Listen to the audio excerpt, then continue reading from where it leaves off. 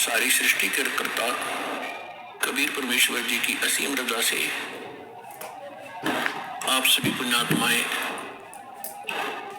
इस सतलोक आश्रम बरवाला जिला हिसार में उपस्थित हुए। गुरुपद सेवा बिरला कोई, जा पर कृपा साहिब की होई। गुरु जी के पद्धति को, गुरु जी के बताए मार्ग को वही सफल कर सकता है जिस पर परमात्मा की विशेष रजा होती है। यदि आप जी को ये ज्ञान ना होता तो आप इस समय को कहीं ना कहीं बर्बाद करते, कहीं किसी की निंदा चुगली करके, या किसी कहीं पर ताश खेल के, या जुआ खेलते, या कहीं राजनीतिक बातें करते जो कति काम की नहीं थी। और वो समय आपका कैसा सदुपयोग हुआ, इस बात को याद रखना। ये सब कहते हैं भक्ति मुक्ति के दाता सतगुरु, भटकत प्राण फिरंदा, उस साहिब के हुक्म बिना नहीं तरवर पात हिलंदा। उस परमेश्वर कबीर जी की आज्ञा बिना, उसकी रजा के बिना किसी वृक्ष का पत्ता भी नहीं हिल सकता। भक्ति और मुक्ति के दाता सतगुरु, भक्ति करा के ही मोक्ष होता है। जब हमें सत भक्ति प्राप्त होगी तभी हम मुक्ति पाएंगे, और वो सतगुरु ही दे सकता है। सतगुरु परमात्मा ही होता है, या फिर उस परमात्मा का कृपा पात्र हो सकता है जिसने जो ज्ञान उसी परमेश्वर से जो सतगुरु रूप में आए हुए होते हैं, वो फिर आगे उसी के ज्ञान को प्रचार करता है। तो इस विषय में आज ये दास वो सतगुरु है जो परमात्मा का दास, उसका भेजा हुआ कुत्ता आपको जगा रहा हूं भौंक भौंक कर। आप धनी हो,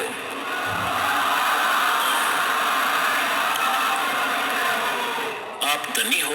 पिछले जन्म जन्मांतर के धनों बहुत है आपके पास, पुण्य धन। परमात्मा का भक्ति धन आपके पास बहुत ज्यादा है, और आप गफलत में सो रहे हो, चोर चोरी कर रहे हैं। वो कौन सी चोरी कर रहे हैं? आपको कहीं शराब पिलाकर ये मन और ये काल उस काल का एजेंट है। ये आपको ना जाने कहां सांग सिनेमा में ले जा करके वहां आपका समय व्यर्थ कराता है, और कहीं इधर झूठी भक्ति करवा के आपकी भक्ति धन का नाश करवाता है। किसी को आशीर्वाद देते हो, किसी को बद्दुआ देते हो, तो ये आपके भक्ति धन की चोरी हो रही थी। अब ये दास आपको भौंक रहा है गली गली में।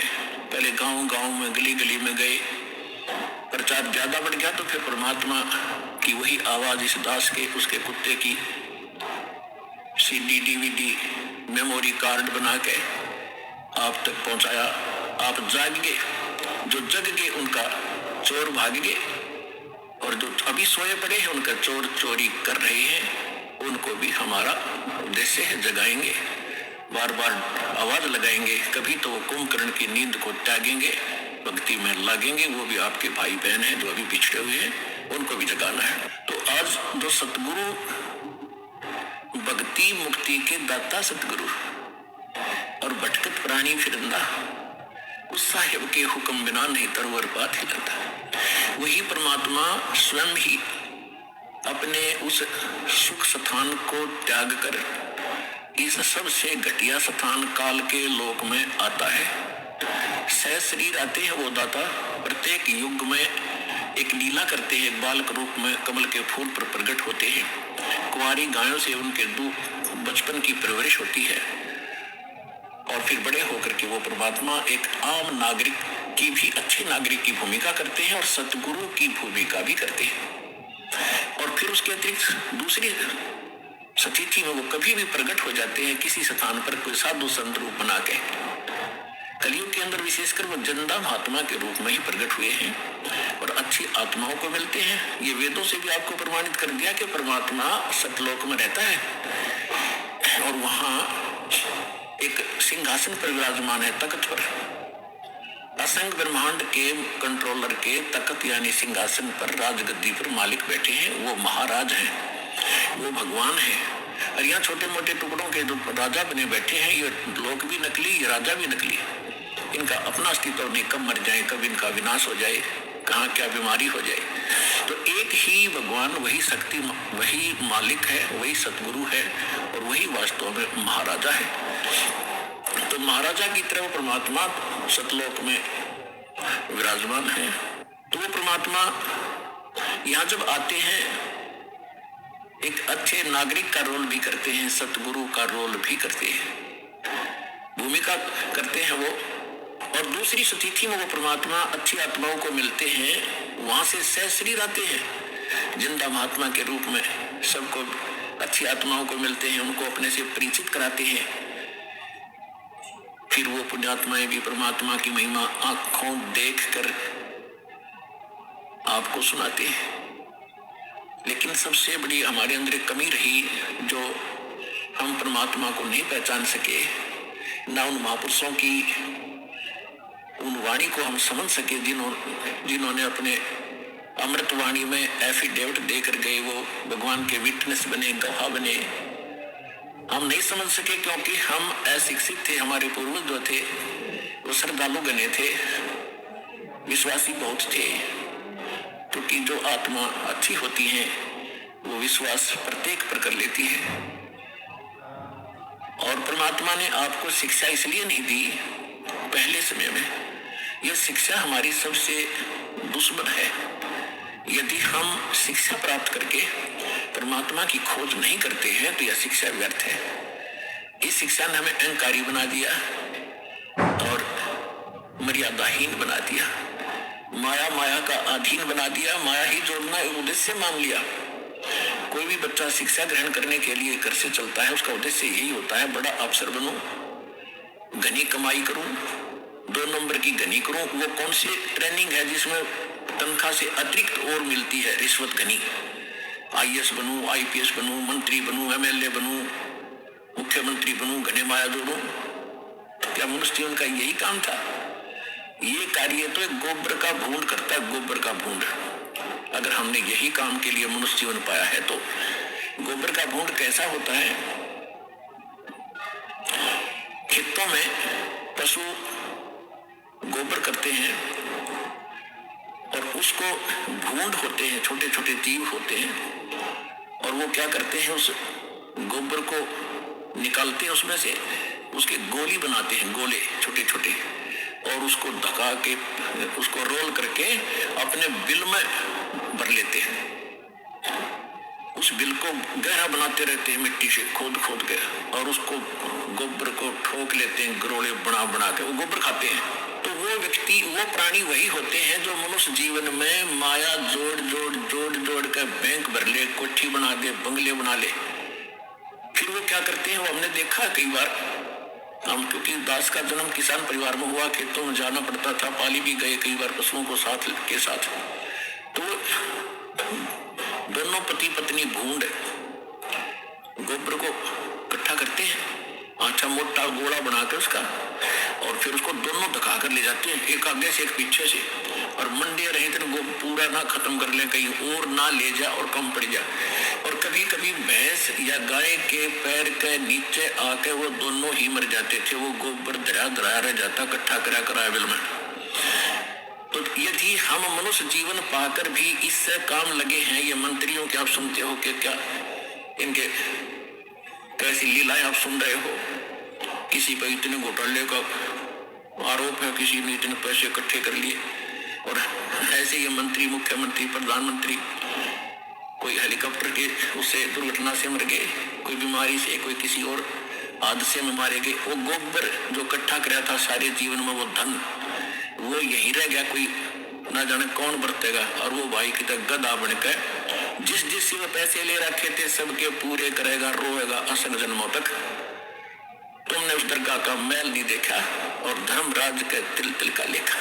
तो इसलिए परमात्मा यहाँ आकर के हमें जगाते हैं, समझाते हैं कि बोली आत्मा, यदि परमात्मा की भक्ति नहीं करते हो और बाकी तुम ये इसी काम लगे हुए हो, तो ये मनुष्य जीवन वाला काम नहीं कर रहे, गोबर के भूंड का काम कर रहे हो। अब बात चली थी शिक्षा के ऊपर, कि पहले आप देख रहे हो, दास भी देख रहा, घना लंबा समय नहीं हुआ है, सन 1951 में दास का जन्म हुआ, सन 60 के बाद ऐसा समझन जोगा हुआ, जो बातें आज याद आ रही हैं उसमें क्या प्रक्रिया और कैसे लोग थे। अब इस ज्ञान की रोशनी से उनकी पहचान हो रही है कि पहले शिक्षा कभी नहीं थी। पिता पढ़े नहीं, चाचा पढ़ा नहीं, ताऊ पढ़ा नहीं, कोई कुंबा और पढ़ा नहीं। पहले का हमारे से पढ़ाई शुरू हुई थी, उसमें बहनों की बेटियों की पढ़ाई नहीं कराते थे। तो उसमें कितनी शांति थी, कितना एक आचरण अच्छा था, कितना प्यार था, और कैसा एक दूसरे की शर्म लिहाज होती थी। बड़ा व्यक्ति चाहे किसी भी दूसरे गांव के दूसरे कोने का भी क्यों ना होता, अगर बच्चे थोड़ी बहुत शरारत कर रहे होते तो उसको देखते ही बंद हो जाते, भाई ताऊ आ गया।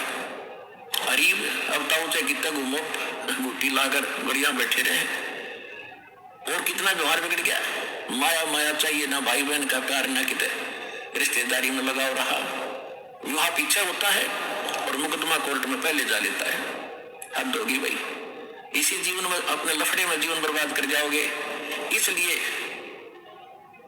परमात्मा आपको याद दिला रहे हैं कि मानुष जन्म पाय कर जन नहीं रटे हरि नाम, जैसे कुआ जल बिना फिर बनवाया क्या काम। तो ये ज्ञान कौन देता है? सतगुरु देते हैं।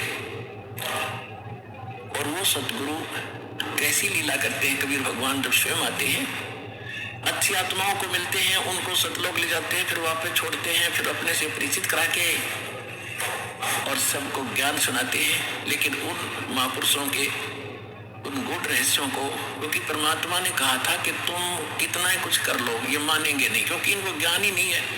इनके जो मूर्ख गुरु हैं, अज्ञानी, जो शिक्षा जरूर प्राप्त हैं, संस्कृत भाषा अवश्य जानते हैं।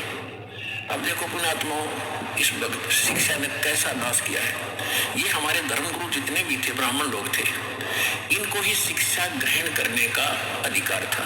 और शिक्षा किस लिए ग्रहण करने का अधिकार दिया था? कि तुम सदग्रंथों को पढ़ो, उनको समझो, वो संस्कृत भाषा में, और फिर हमें बताओ, हम धर्म कर्म ठीक करें, अपना कल्याण करवा लें। और गीता में भी ऐसा लिखा है कि जो विद्वान लोग हैं, वो विद्वान लोग सदग्रंथों को पढ़कर अविद्वानों को सुनाए। अविद्वान माने, क्योंकि ये विद्वान मानते हैं जिसने शिक्षा है, अक्षर ज्ञान है, और अविद्वान कहते हैं जिसने अक्षर ज्ञान नहीं है, उनको सुनाओ। और यदि अविद्वान यानी अनपढ़, अक्षर रहित, वो अगर विद्वानों की बातों को सुनकर उनके अनुसार आचरण कर लेते हैं तो उनका मोक्ष हो जाएगा। बिल्कुल सही है, पढ़ना जरूरी नहीं था। तो इसलिए परमात्मा ने शिक्षा की आवश्यकता नहीं समझी, क्योंकि वो समय नहीं था पार करने का तुम्हें। अब समय अब आया है। तो उस समय वो जो शिक्षा ग्रहण करते थे ब्राह्मण लोग, ये केवल माया जोड़ना उद्देश्य रखते थे। और काशी विद्यापीठ बनारस में जो बच्चा पढ़कर आता था ब्राह्मण का, उसकी बड़ी महिमा होती थी, और उसी से सभी अपने धार्मिक अनुष्ठान कराया करते थे, अच्छी दक्षिणा देते थे कि बड़ा अच्छा सदग्रंथों का ज्ञाता। तो उन धर्म गुरुओं का एक उद्देश्य बन गया कि माया घनी कैसे बने। इन्होंने माया इकट्ठा करना ही उद्देश्य मान लिया। एक कड़ौली गांव है खरखोदा तहसील के अंदर, सोनीपत जिले में कड़ौली गांव का एक जाट था, निश्चल दास नाम था उसका, किसान का लड़का था। उसने जब वो समझन जोगा हुआ 10-12 वर्ष का, तो उसके मन में प्रेरणा हुई कि भी हमारे जितने भी सदग्रंथ, वेद, गीता, पुराण जो भी हैं, ये सारे संस्कृत भाषा में हैं, और मैं संस्कृत भाषा पढ़ूं। और ये और जो धर्म गुरु हैं, ये तो स्वार्थवश इनको पैसे लेते हैं और अटपट में लगा रखे हैं। मैं सदग्रंथों को पढ़ूंगा, वास्तविक ज्ञान करा करके फिर सच्चा ज्ञान लोगों को बांटूंगा फ्री में। तो इस उद्देश्य से उसने बनारस काशी विद्यापीठ में प्रवेश पाना चाहा शिक्षार्थ। तो उसके सामने एक समस्या आ गई कि वहां केवल ब्राह्मण के बच्चों को ही, ब्राह्मणों के बच्चों को ही प्रवेश मिलता था। उसके लिए गांव से नंबरदार होते थे, सरपंच नहीं होते थे, उनसे लिखवा कर ले जाना पड़ता था कि इस गांव का ब्राह्मण का पुत्र है। उसको प्रवेश मिलता था। तो उसने एक नंबरदार ऐसे ही अशिक्षित होते थे, उसने आप पे लिख लिया कि ये निश्चलदार पुत्र फलाना गांव की कड़ौली और ब्राह्मण का बेटा है। उसके दस्तखत करा लिए, वो प्रवेश पा लिया। प्रत्येक कक्षा में प्रत्येक वर्ष सबसे टॉप में आवे, संस्कृत भाषा सीख ली, बहुत अच्छा। जब शिक्षा पूर्ण करके वो चलने लगा तो जो प्रिंसिपल था वहां का, बनारस का जो ब्राह्मण प्रिंसिपल था यानी मुख्य अध्यापक था, शिक्षक था, उसकी एक कन्या विवाह के योग्य थी, युवती थी।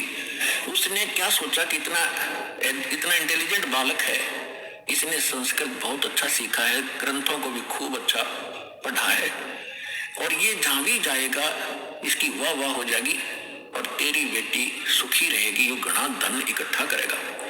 इसलिए उसने मन बना लिया कि इस बच्चे से अपनी बेटी को ब्याह दूं, विवाह कर दूं। जब वो निश्चल दास गया उसके पास, प्राचार्य के पास, प्रिंसिपल के पास कि हे गुरुदेव, आपकी कृपा से आपका बच्चा अपनी शिक्षा पूर्ण करके अब शिवार्थ जा रहा है, मुझे आशीर्वाद दो, मैं सफल हूं जिस उद्देश्य को लेकर आया हूं।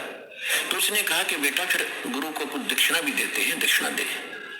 दक्षिणा लो जी, मेरे पास क्या है, मत लगा कि वचनबद्ध हो जा। अच्छा जी, वचनबद्ध हो गया। मैं अपनी लड़की का विवाह तेरे से करना चाहता हूं, तुझे करना पड़ेगा। अब यहां फंस गया निश्चल दास धर्म संकट में, क्योंकि ब्राह्मण लोग अन्य जाति से विवाह नहीं करते थे अपनी बच्चियों, बेटा बेटियों का। अगर ऐसा उनको पता चल जाए तो वो हंगामा खड़ा कर देते। तो उसने सोचा ये घर अगर ऐसा हो गया तो गांव में ही विरोध होगा, फिर ये पूरा ग्रुप मेरा विरोध करेगा और बात बिगड़ जाएगी, और मैं ग्रस्त आश्रम अपनाना नहीं चाहता। फिर उसने बताया गुरुदेव, चाहे मुझे सजा देना और चाहे कुछ भी कहना, मैं एक सच्ची बात बताता हूं, मैं ब्राह्मण नहीं हूं, मैं जाट का लड़का हूं, कड़ौली मेरा गांव है, आप पता कर सकते हो। मैं इस उद्देश्य से आया था कि मैं इस ज्ञान को फ्री बांटूंगा, ये ब्राह्मण लोग इसका मूल्य ले रहे हैं, मैं वो मूल्य नहीं लेना चाहता। तो इतना गुस्सा कर गया वो ब्राह्मण प्रिंसिपल, कहने लगा तो दुष्ट, तेने धर्म भ्रष्ट कर दिया, ये कर दिया, तेरी हिम्मत कैसे बन गई यहाँ धोखा दे के से हमारा ज्ञान चुरा लिया। अब वेद और गीता को तो ये रजिस्ट्री करा रहे थे अपना नाम, बै करा रखी थी नकलियों ने।